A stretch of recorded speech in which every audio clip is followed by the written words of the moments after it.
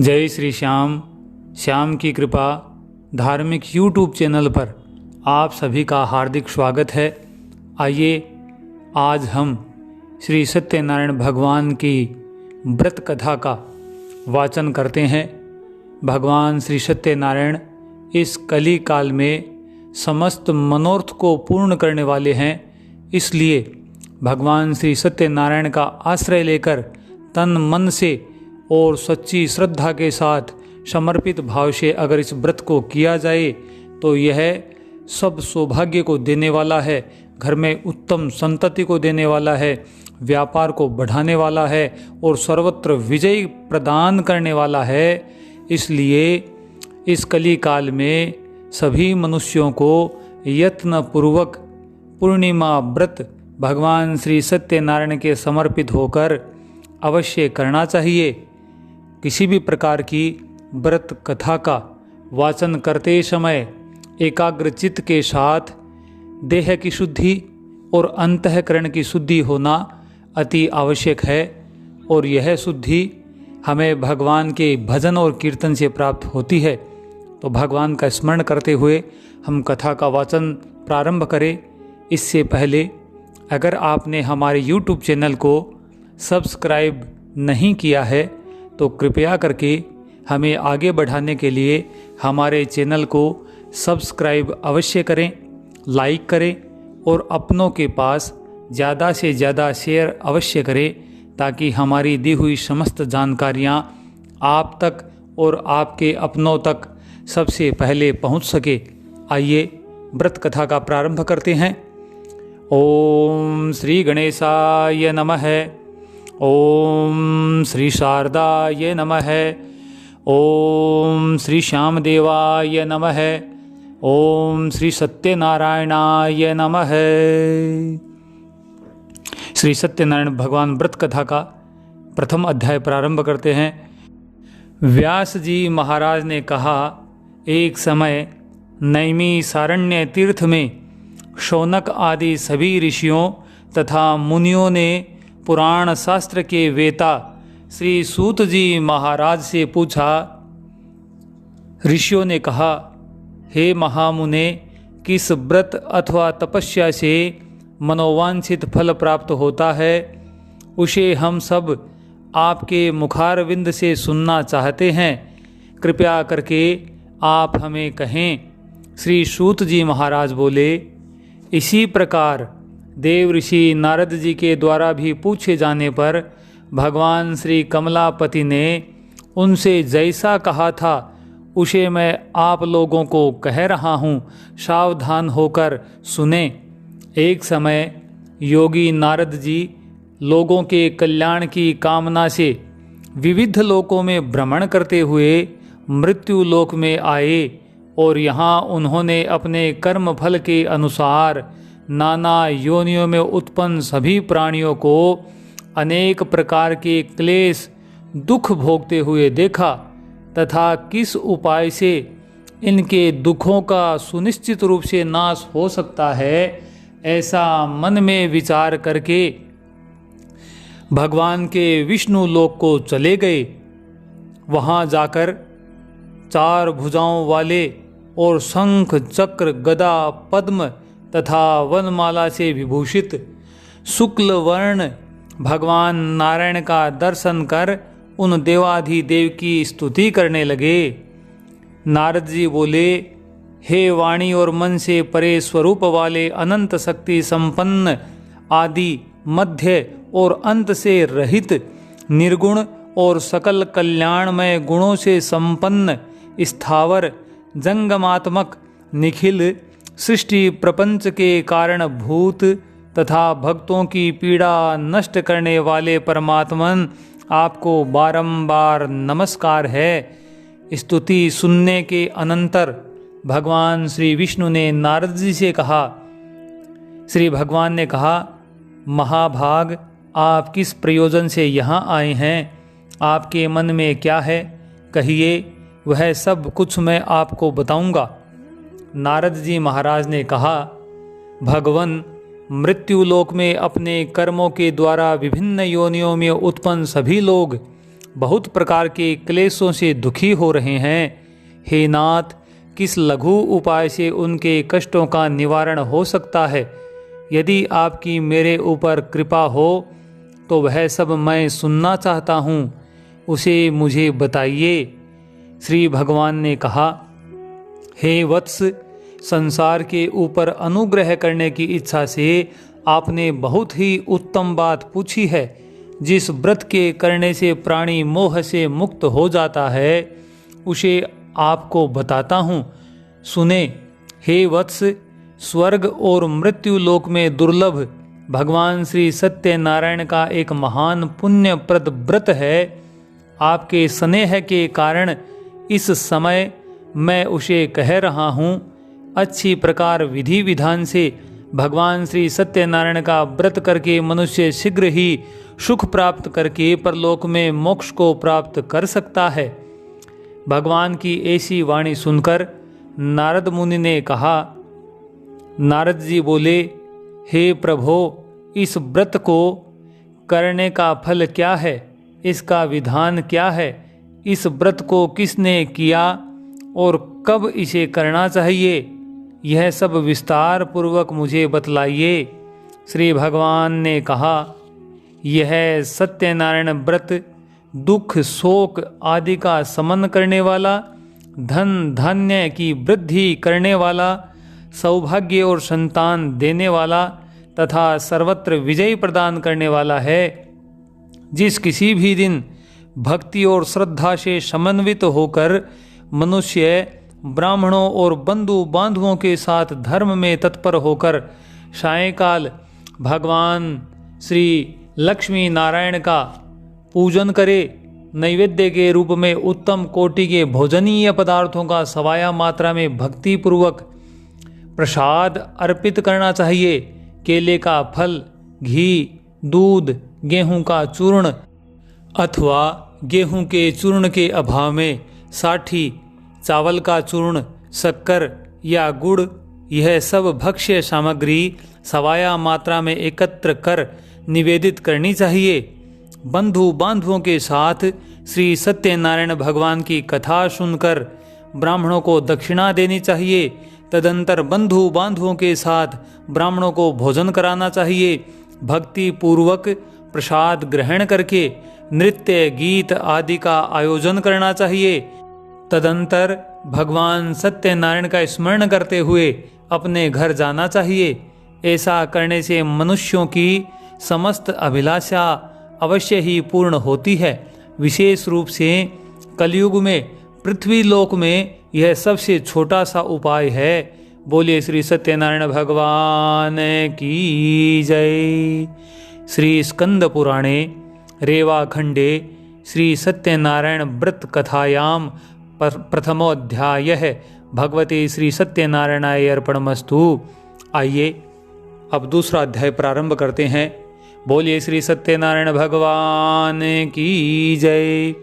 श्री सूत जी बोले, हे द्विजो, अब मैं पुनः पूर्व काल में जिसे इस सत्यनारायण व्रत को किया था उसे भली भांति विस्तार पूर्वक कहूँगा। रमणीय काशी नामक नगर में कोई अत्यंत निर्धन ब्राह्मण रहता था। भूख और प्यास से व्याकुल होकर वह प्रतिदिन पृथ्वी पर भटकता रहता था। ब्राह्मण प्रिय भगवान ने उस दुखी ब्राह्मण को देखकर वृद्ध ब्राह्मण का रूप धारण करके उस द्विज से आदर पूर्वक पूछा, हे विप्र, प्रतिदिन अत्यंत दुखी होकर तुम किस लिए पृथ्वी पर भ्रमण करते रहते हो? हे द्विज श्रेष्ठ, यह सब बताओ, मैं सुनना चाहता हूँ। ब्राह्मण ने कहा, हे प्रभो, मैं अत्यंत दरिद्र ब्राह्मण हूँ और भिक्षा के लिए ही पृथ्वी पर घूमता रहता हूँ। यदि मेरी इस दरिद्रता को दूर करने का आप कुछ उपाय जानते हो तो कृपया करके आप मुझे बताएं।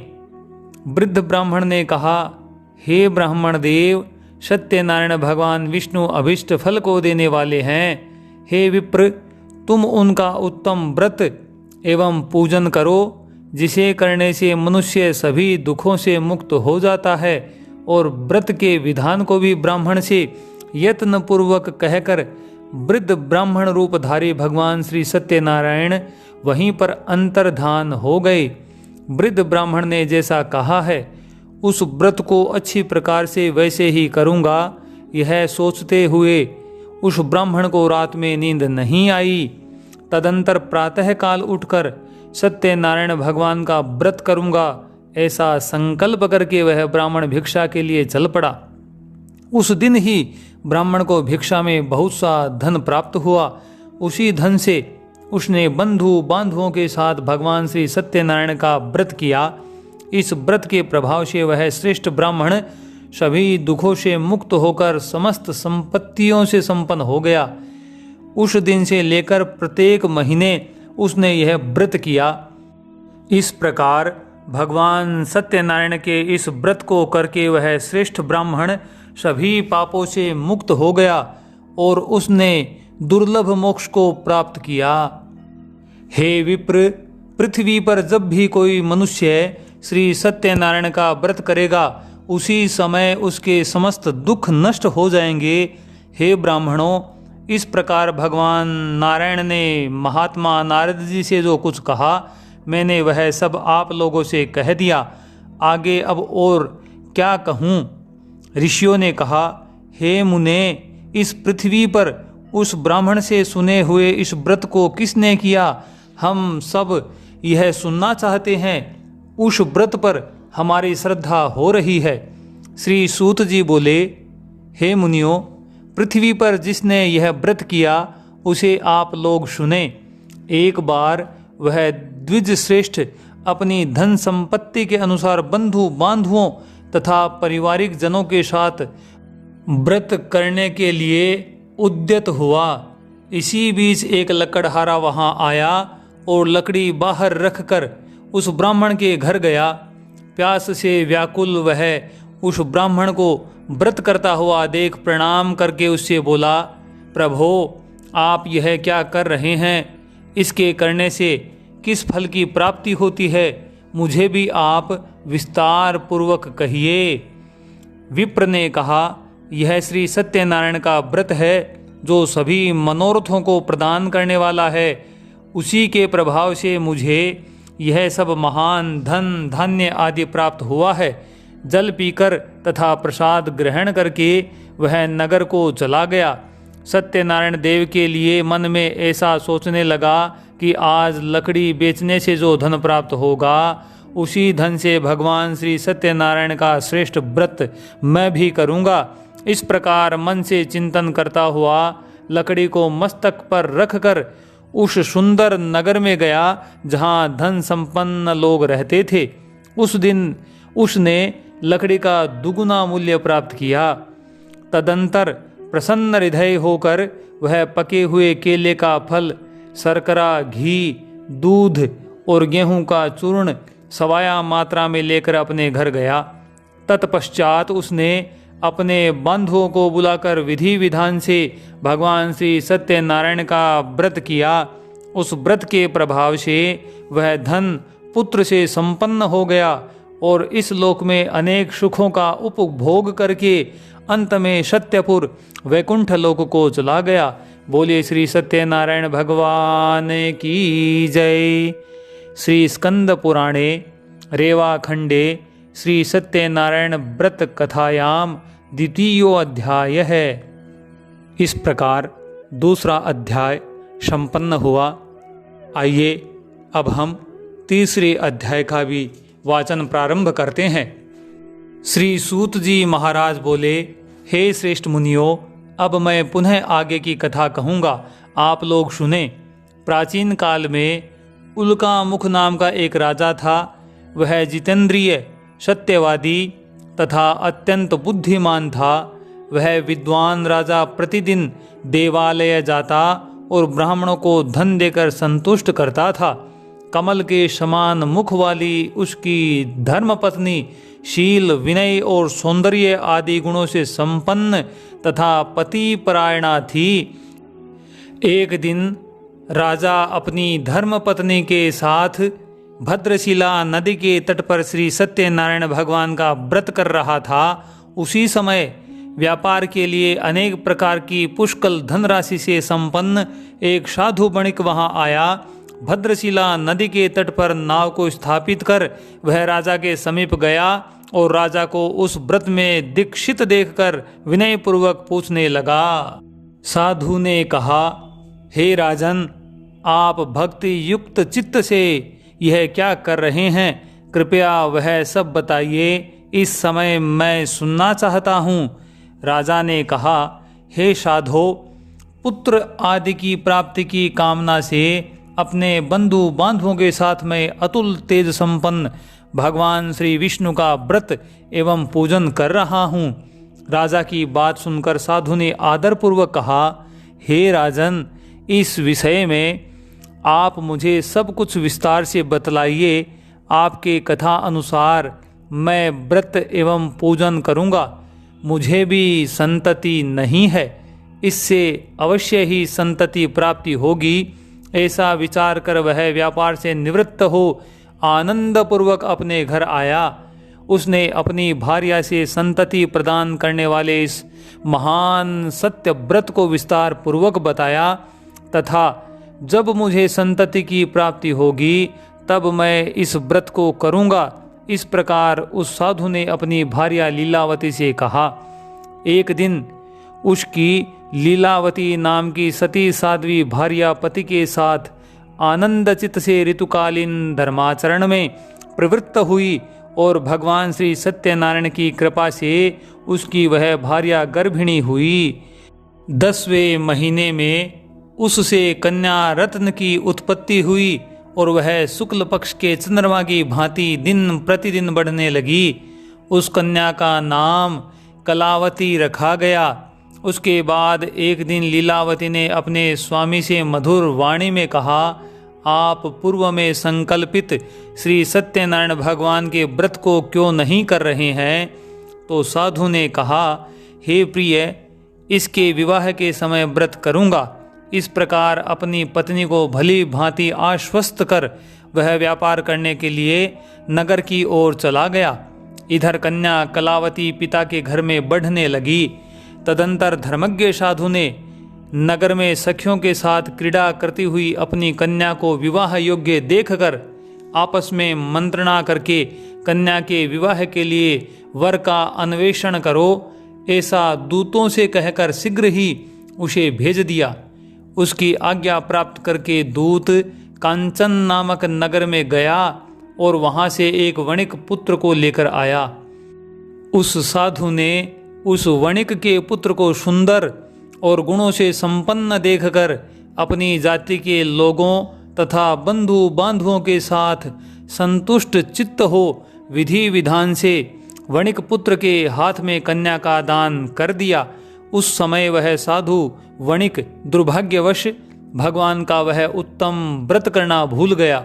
पूर्व संकल्प के अनुसार विवाह के समय में व्रत न करने के कारण भगवान उस पर रुष्ट हो गए।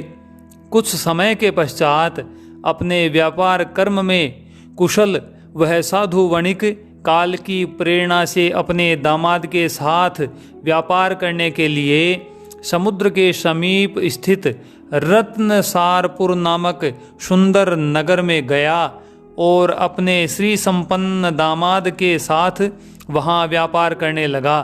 तदंतर वे दोनों राजा चंद्रकेतु के रमणीय उस नगर में गए। उसी समय भगवान श्री सत्यनारायण ने उसे भ्रष्ट प्रतिज्ञ देखकर उसे दारुण और कठिन महान दुख प्राप्त होगा यह शाप दे दिया। एक दिन एक चोर राजा चंद्रकेतु के धन को चुराकर वहीं आया जहां दोनों वणिक स्थित थे।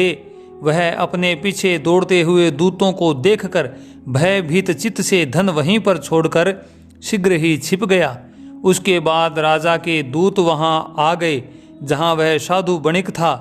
वहां राजा के धन को देखकर वे दूत उन दोनों वणिक पुत्रों को बांधकर ले आए और हर्षपूर्वक दौड़ते हुए राजा से बोले, हे राजन, हम 2 चोर पकड़ लाए हैं, इन्हें देखकर आप आज्ञा दें। राजा की आज्ञा से दोनों शीघ्र ही दृढ़तापूर्वक बांधकर बिना विचार किए महान कारागार में डाल दिए गए। भगवान सत्यदेव की माया से किसी ने उन दोनों की बात नहीं सुनी और राजा चंद्रकेतु ने उन दोनों का धन भी ले लिया। भगवान के हिसाब से वणिक के घर में उसकी भार्या भी अत्यंत दुखित हो गई और उसके घर में सारा का सारा जो धन था वह सब चोर चुरा कर ले गए। वह लीलावती शारीरिक तथा मानसिक पीड़ाओं से युक्त, भूख और प्यास से दुखी हो अन्न की चिंता से दर दर भटकने लगी। कलावती कन्या भी भोजन के लिए इधर उधर प्रतिदिन घूमने लगी। एक दिन क्षुधा से पीड़ित हो वह कलावती एक ब्राह्मण के घर गई। वहां जाकर उसने श्री सत्यनारायण के व्रत पूजन को देखा। वहां बैठकर उसने कथा सुनी और भगवान से वरदान मांगा। तदंतर प्रसाद ग्रहण करके वह कुछ रात होने पर घर गई। माता लीलावती ने कलावती कन्या से प्रेम पूर्वक पूछा, पुत्री रात में तू कहाँ रुकी थी? तुम्हारे मन में क्या है? कलावती कन्या ने तुरंत माता से कहा, माँ मैंने एक ब्राह्मण के घर में मनोरथ प्रदान करने वाला व्रत देखा है। कन्या की उस बात को सुनकर वह वणिक की भार्या व्रत करने को उद्यत हुई और प्रसन्न मन से उस साध्वी ने बंधु बांधवों के साथ भगवान सत्यनारायण का व्रत किया तथा इस प्रकार प्रार्थना की, हे भगवान आप हमारे पति एवं जामाता के अपराध को क्षमा करें, वे दोनों अपने घर शीघ्र आ जाएं। इस व्रत से भगवान सत्यनारायण पुनः संतुष्ट हो गए तथा उन्होंने नृपश्रेष्ठ चंद्रकेतु को स्वप्न में दर्शन दिखाया और स्वप्न में कहा, नृपश्रेष्ठ प्रातः काल दोनों वणिकों को छोड़ दो और वह सारा धन भी दे दो जो तुमने उनसे इस समय ले लिया है, अन्यथा राज्य धन एवं पुत्र सहित तुम्हारा सर्वनाश कर दूंगा। राजा से स्वप्न में ऐसा कहकर भगवान सत्यनारायण अंतर्धान हो गए। इसके अनंतर प्रातःकाल राजा ने अपने सभासदों के साथ सभा के मध्य बैठकर अपना स्वप्न लोगों को बताया और कहा, दोनों बंदी वणिक पुत्रों को शीघ्र ही मुक्त कर दो। राजा की ऐसी बात सुनकर के वे पुरुष दोनों महाजनों को बंधन मुक्त करके राजा के सामने लाकर विनय पूर्वक बोले, महाराज बेड़ी बंधन से मुक्त करके दोनों वणिक पुत्र लाए गए हैं। इसके बाद दोनों महाजन वणिक पुत्र नृपश्रेष्ठ चंद्रकेतु को प्रणाम करके अपने पूर्व वृतांत का स्मरण करते हुए भयविहील हो गए और कुछ बोल न सके। राजा ने वणिक पुत्रों को देखकर आदर पूर्वक कहा, आप लोगों को प्रारब्धवश यह महान दुख प्राप्त हुआ है, इस समय अब कोई भय नहीं है। ऐसा कहकर उनकी बेड़ी खुलवाकर शोर कर्म आदि कराया। राजा ने वस्त्र अलंकार देकर उन दोनों वणिक पुत्रों को संतुष्ट किया तथा सामने बुलाकर वाणी द्वारा अत्यधिक आनंदित किया। पहले जो धन लिया था उसे दूना करके दिया। तदंतर राजा ने पुनः उनसे कहा, साधो अब आप अपने घर को जाएं। राजा को प्रणाम करके आपकी कृपा से हम जा रहे हैं, ऐसा कहकर उन दोनों महाविष्यों ने अपनी घर की ओर प्रस्थान किया। बोलिए श्री सत्यनारायण भगवान की जय। श्री स्कंद पुराणे रेवाखंडे श्री सत्यनारायण व्रत कथायाम तृतीयो अध्याय है। इस प्रकार श्री सत्यनारायण भगवान की व्रत कथा का तीसरा अध्याय संपन्न हुआ। आइए चौथे अध्याय का वाचन प्रारंभ करते हैं। बोलिए श्री सत्यनारायण भगवान की जय। सूत जी महाराज बोले, साधु वणिक मंगलाचरण कर और ब्राह्मणों को धन देकर अपने नगर के लिए चल पड़ा। साधु के कुछ दूर जाने पर भगवान सत्यनारायण की उसकी सत्यता की परीक्षा लेने के विषय में जिज्ञासा हुई। साधो तुम्हारी नाव में क्या भरा है? तब धन के मद में चूर दोनों महाजनों ने अवहेलना पूर्वक हंसते हुए कहा, हे दंडिन क्यों पूछ रहे हो? क्या कुछ द्रव्य लेने की इच्छा रखते हो? हमारी नाव में तो लता और पत्ते आदि भरे हैं। ऐसी निष्ठुर वाणी सुनकर तुम्हारी बात सच हो जाए ऐसा कहकर दंडी सन्यासी का रूप धारण किए हुए भगवान कुछ दूर जाकर समुद्र के समीप बैठ गए। दंडी के चले जाने पर नित्य क्रिया करने के पश्चात उतराई हुई जल में ऊपर की ओर उठी हुई नौका को देखकर साधु वणिक अत्यंत आश्चर्य में पड़ गया और नाव में लता और पत्ते आदि को देखकर मूर्छित होकर पृथ्वी पर गिर पड़ा। सचेत होने पर वणिक पुत्र चिंतित हो गया। तब उसके दामाद ने इस प्रकार कहा, आप शोक क्यों करते हैं? दंडी ने शाप दे दिया है।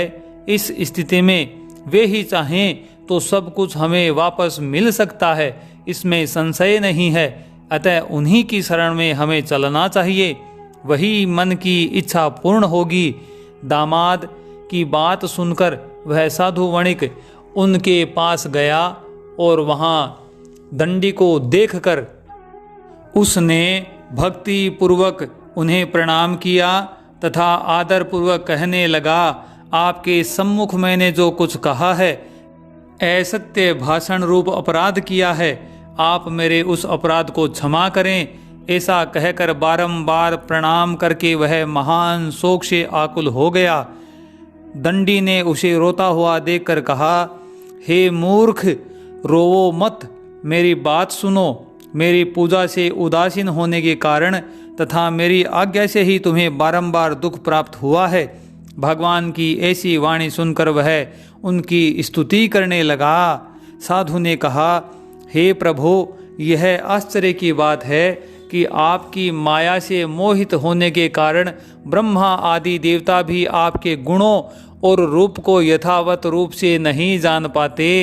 फिर मैं मूर्ख आपकी माया से मोहित होने के कारण कैसे जान सकता हूँ? हे प्रभु, आप प्रसन्न हो, मैं अपनी धन संपत्ति के अनुसार आपकी पूजा करूँगा। मैं आपकी शरण में आया हूँ। मेरा जो नौका में स्थित पुराना धन था उसकी तथा मेरी रक्षा करें। उस वणिक की भक्ति युक्त वाणी सुनकर भगवान जनार्दन संतुष्ट हो गए। भगवान हरि उसे अभिष्ट वर प्रदान करके वहीं पर अंतर्धान हो गए।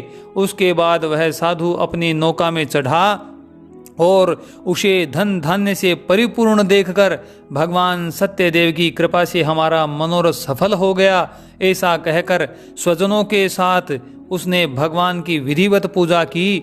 भगवान श्री सत्यनारायण की कृपा से वह आनंद से परिपूर्ण हो गया और नाव को प्रयत्न पूर्वक संभालकर उसने अपने देश के लिए प्रस्थान किया। साधु वणिक ने अपने दामाद से कहा, वह देखो, मेरी रत्नपुरी नगरी दिखाई दे रही है। इसके बाद उसने अपने धन के रक्षक दूतों से अपने आगमन का समाचार देने के लिए अपनी नगरी में भेजा। तत्पश्चात उस दूत ने नगर में जाकर साधु की भार्या को देखकर हाथ जोड़कर प्रणाम किया तथा उसके लिए अभिष्ट बात कही। सेठ जी अपने दामाद तथा बंधु वर्गों के साथ बहुत सारे धन धान्य से संपन्न होकर नगर के निकट पधार गए हैं।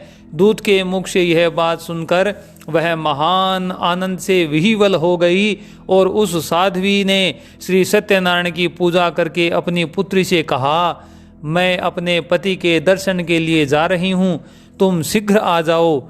माता का ऐसा वचन सुनकर व्रत को समाप्त करके प्रसाद का परित्याग करके वह कलावती भी अपने पति का दर्शन करने के लिए चल पड़ी। इससे भगवान सत्यनारायण रुष्ट हो गए और उन्होंने उसके पति को तथा नौका को धन के साथ हरण करके जल में डुबो दिया। इसके बाद कलावती कन्या अपने पति को न देख महान शोक से रुदन करते हुई पृथ्वी पर गिर पड़ी।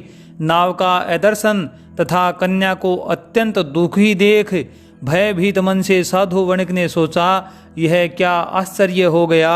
नाव का संचालन करने वाले भी सभी चिंतित हो गए।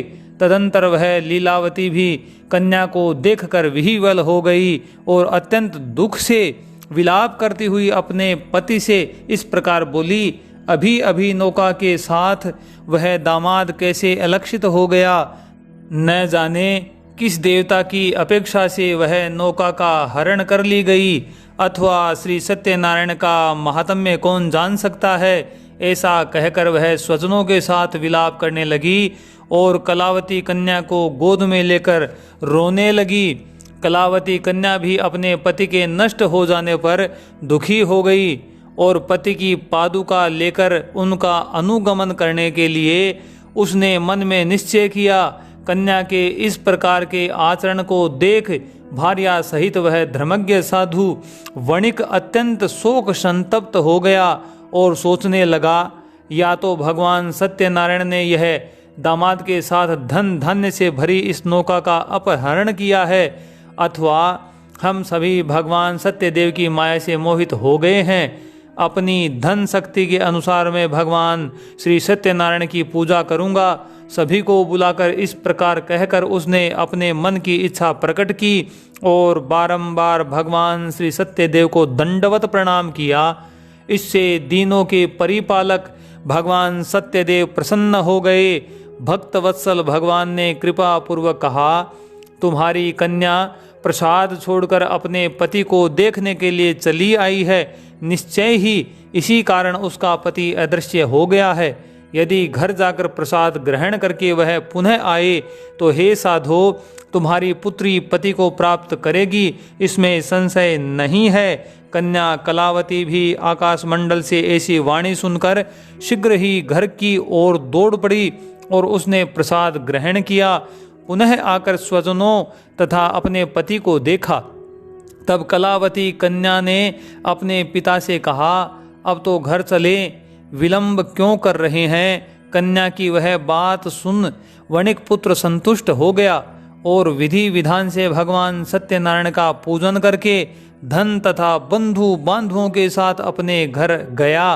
तदंतर पूर्णिमा तथा संक्रांति पर्वों पर भगवान श्री सत्यनारायण का पूजन करते हुए इस लोक में सुख भोग कर अंत में वह सत्यपुर वैकुंठ लोक में चला गया।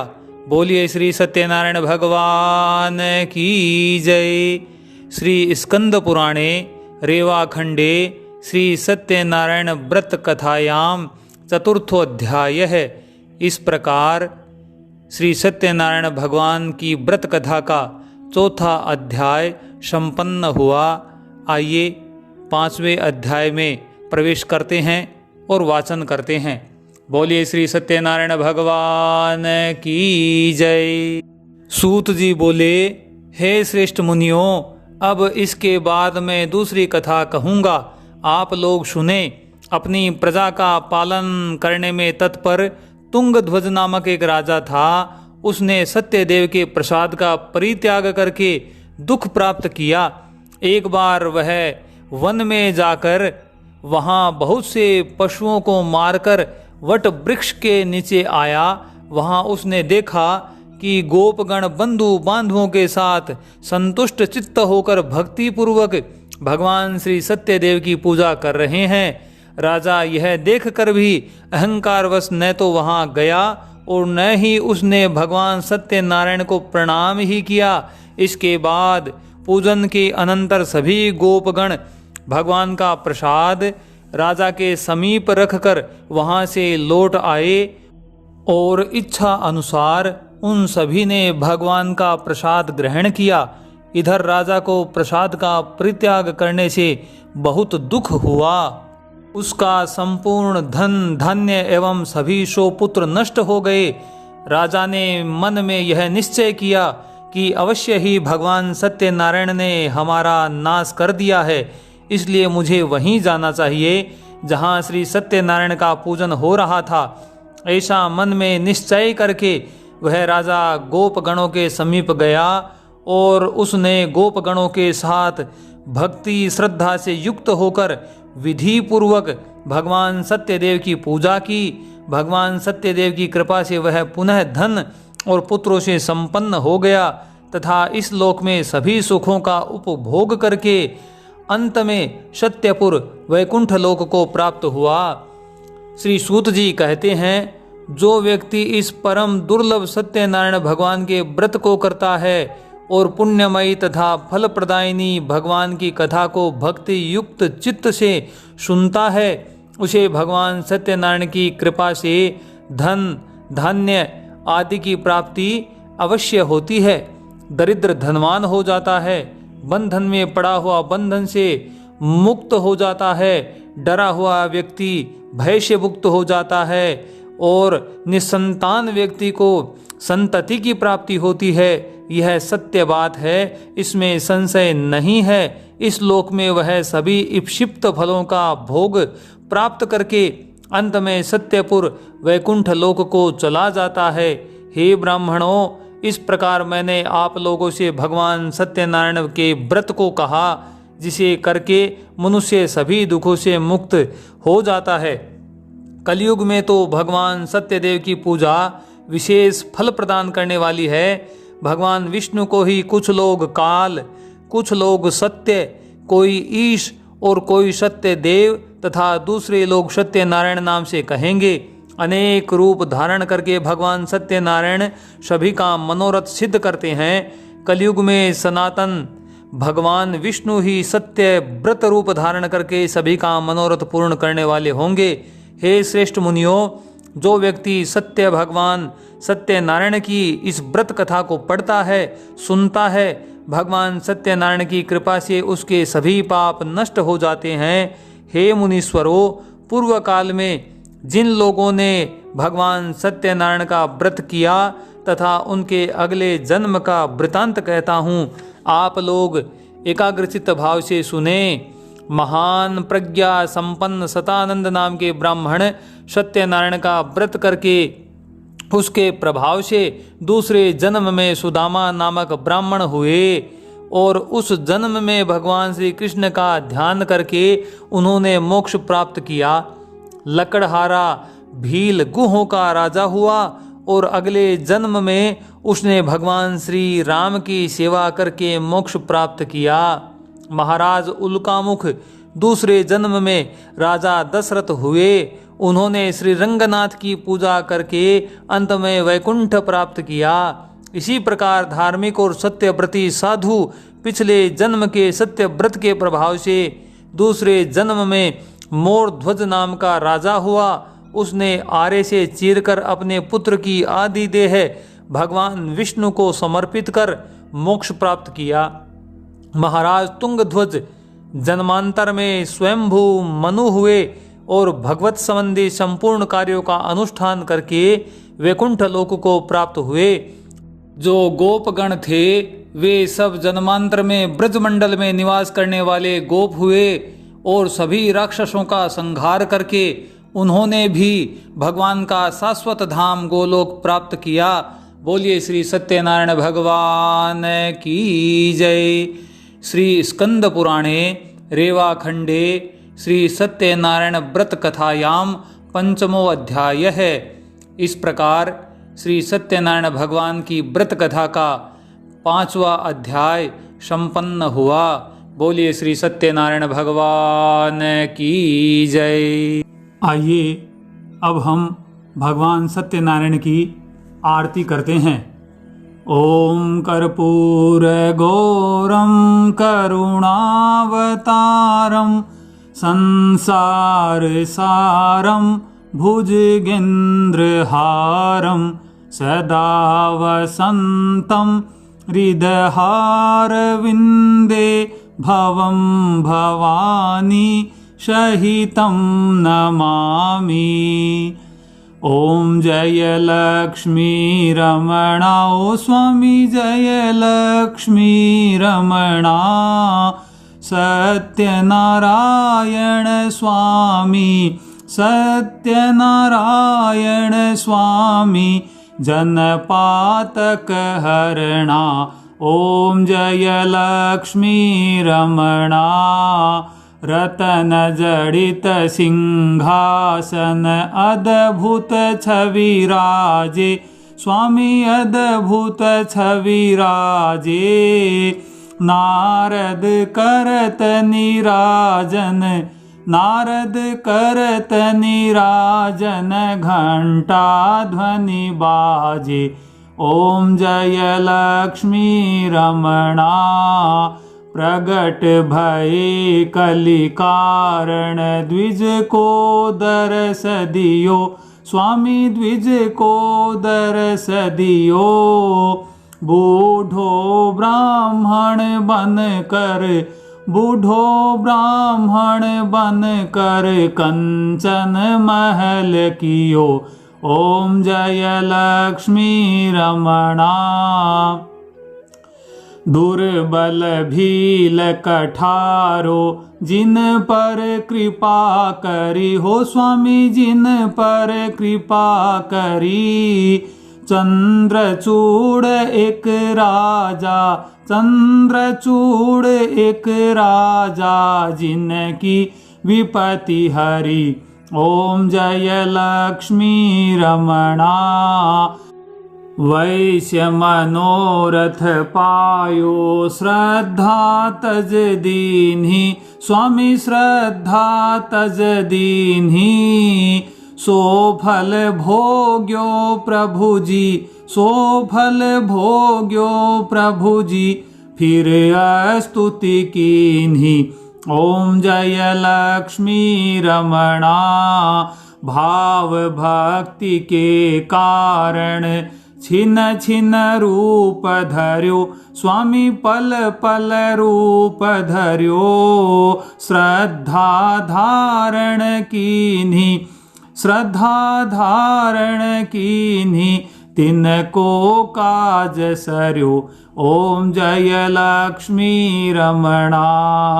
ग्वाल बाल संग राजा वन में भक्ति करी हो। स्वामी वन में भक्ति करी। मन वांछित फल दीन्यो।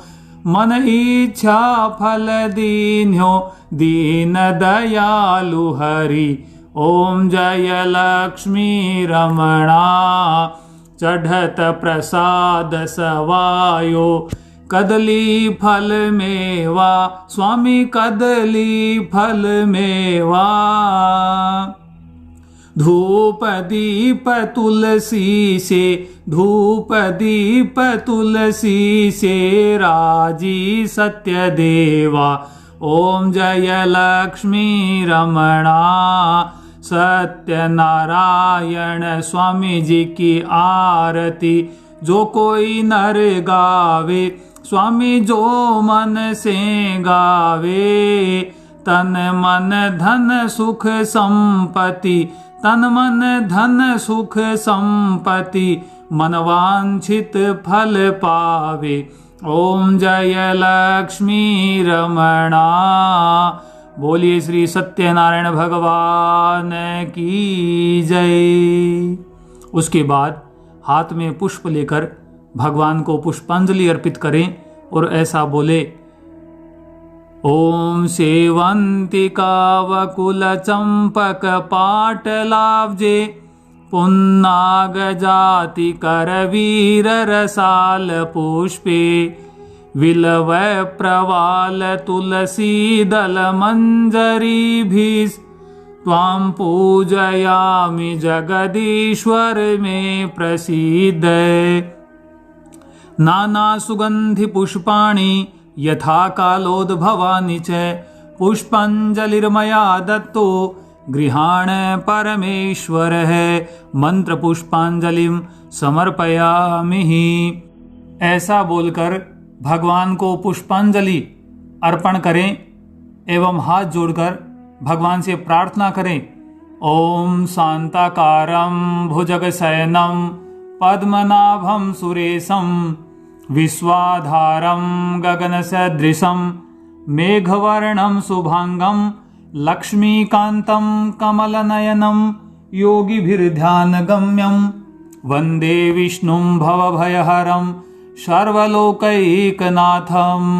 त्वमेव माता च पिता त्वमेव बन्धु च सखा त्वमेव विद्या द्रविणं त्वमेव सर्वं मम देव।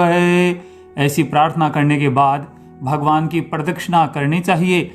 ओम यानि कानि च पापानि जन्म जन्मांतर कृतानि च तानि सर्वाणि नश्यन्तु प्रदक्षिणः पदे पदे।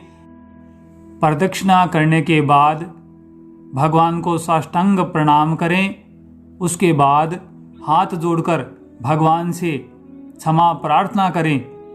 ओम मंत्रहीनं क्रियाहीनं भक्तिहीनं सुरेश्वर यत् पूजितं मया देव परिपूर्णं तदस्तु मे।